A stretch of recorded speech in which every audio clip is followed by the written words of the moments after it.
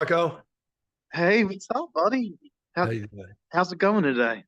Going good. Going good. This is my first couple of interviews on the program. Just started today.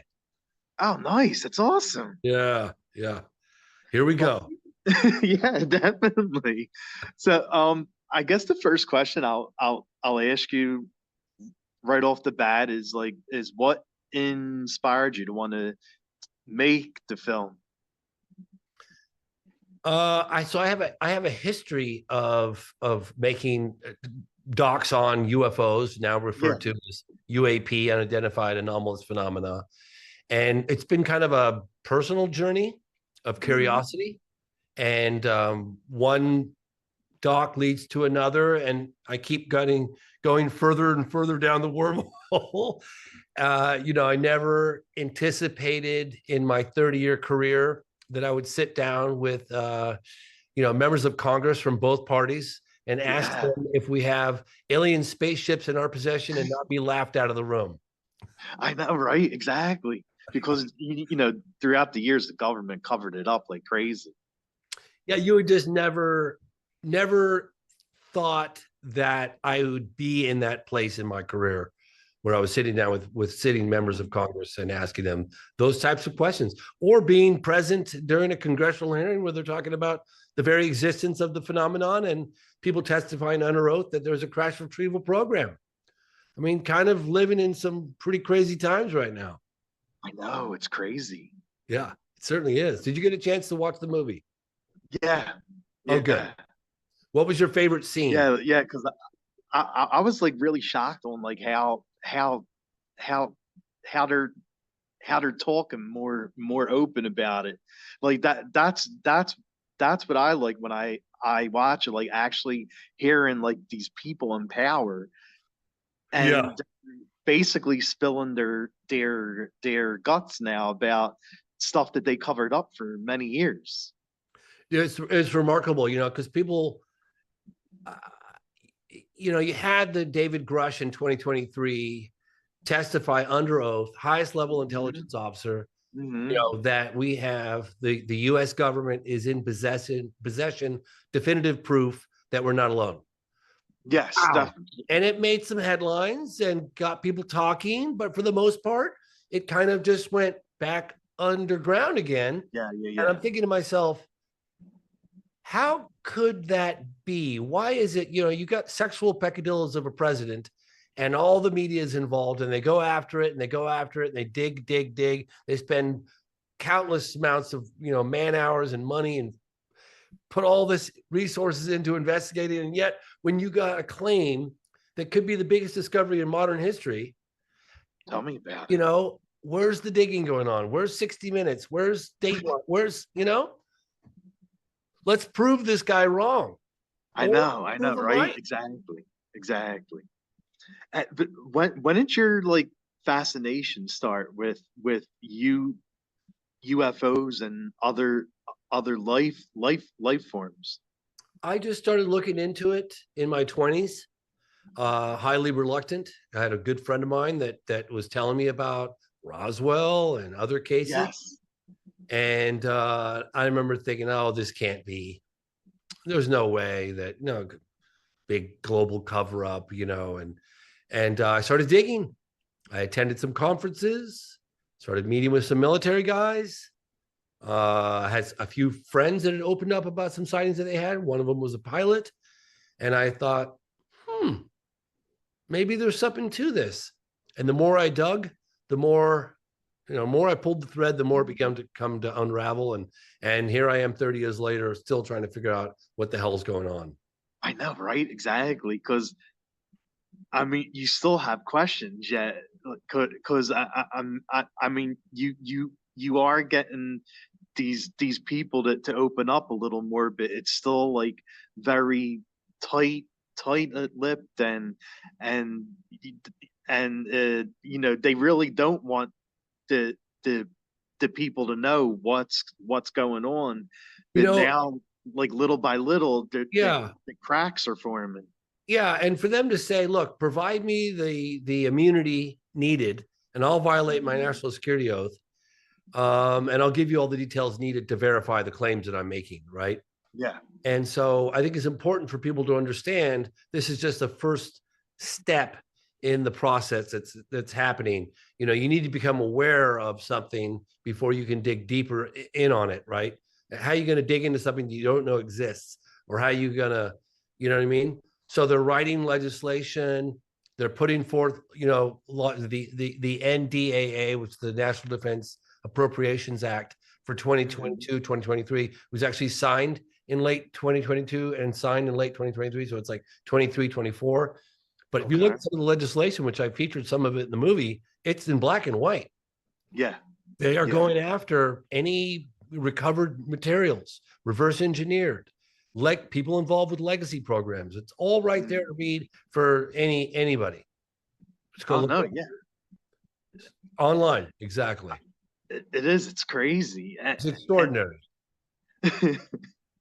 And like, what do you think like fascinates you with like knowing that there's another form of life that's here or on another planet, and like what do you think fascinates you with that, and these like flying saucers, what everyone calls a UFO, Yeah. and like it is proven that they are flying around.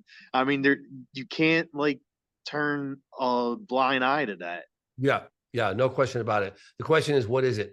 My whole thing is, and I think a lot of people will agree, like if you could suspend judgment and just say for a moment, if the government had definitive proof that we were not alone and they're withholding that from the general public, how significant of a story would you give that? And everybody immediately says, oh my gosh, it would be the biggest story ever.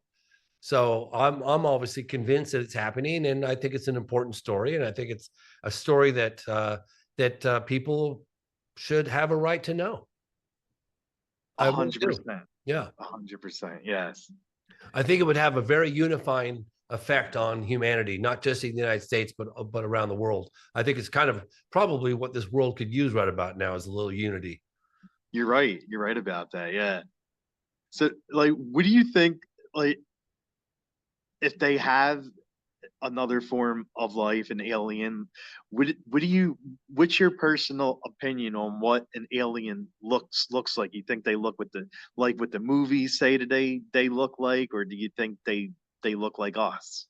Well, it's funny actually. You know, you take Close Encounters of the Third Kind, right? Steven Spielberg back in Yeah. 1977, Yeah. and you know, you look in the movie and you see Dr. Jalen Hynek has a cameo appearance, right? Yeah. Dr. Hynek investigated UFOs in an official capacity as a scientific advisor to Project Blue Book.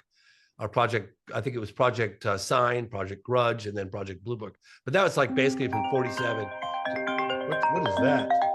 Sorry about that. It's all good. So, you know, they took cases directly out of the United States Air Force own files of investigating UFOs for the movie. So my point is that what they look like because they're depicted in a movie, or did the movie Yeah. base what they look like out of Air Force files? And it seems to be out of Air Force files, right? Okay. Okay. So it didn't. It's like what started it? Was it Hollywood, or did Hollywood get their information from the Air Force? And case in point with Close Encounters of the Third Kind, they got their information directly from the United States Air Force's own files. Oh. Yeah, Dr. Hynek has a cameo appearance in the movie, smoking a pipe during the encounter at the end. That's Yeah, Hynek. that's right. That's right. Yeah, Yes. look it up. Yeah, he's in the movie. Yeah, Oh wow. Okay. Okay. yeah. Uh-huh.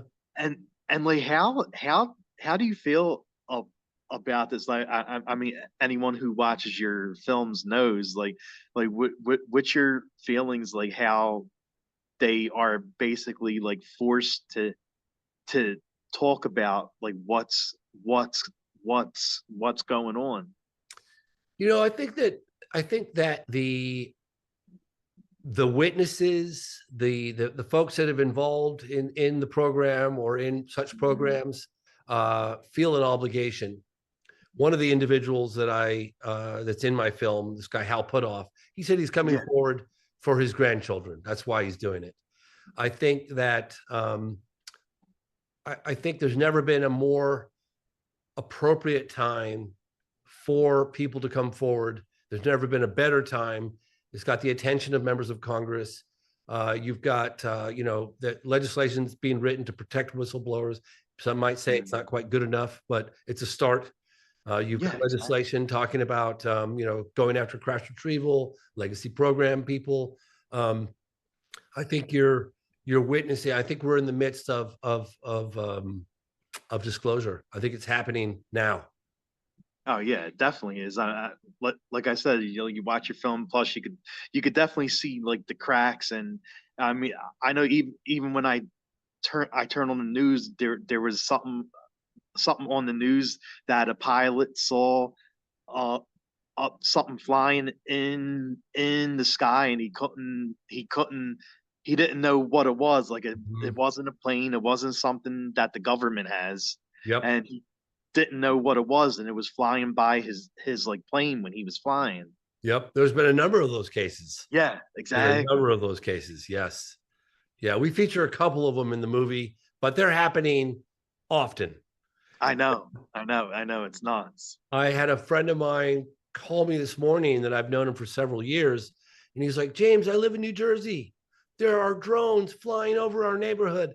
Yes, there is. I live in Philly. Yeah. Yeah. And he said that they're the size of an SUV. Yes. And their loiter time is hours. Now I fly professional, somewhat professional drones for my movies. And I'm lucky to get 20 minutes flight time, right? These things are up there for hours. I know. So this is a highly sophisticated drone. I'm not sure where they're coming from. They seem to evade F-16s, which is really crazy, but they also make noise, which is odd because typical UAP and unidentified anomalous phenomena, they don't make noise. They don't have wings. They don't do air disturbance. They don't make a sonic boom. They do right angle turns at high speed. They go from a standstill to out of sight in the blink of an eye. Like, these objects are slightly more conventional. So I don't know what to say. Oh no, I know it exactly. And I see we're up on our time. So the last thing that I'm going to ask you is, where can fans watch the film and follow you at? Oh, thank you so much. Amazon, iTunes, Apple TV, Vimeo, and I also list the various platforms on Twitter, or X, now known as X, and I'm at James C as in Charles Fox, James C Fox, at James C Fox on X. Awesome, buddy. Well, thank you so much for taking time and coming on. I appreciate it. Thanks for having me on. You got it. Bye. All right. Thank Thank you. Have a good one. Have a good one. Hold on one second.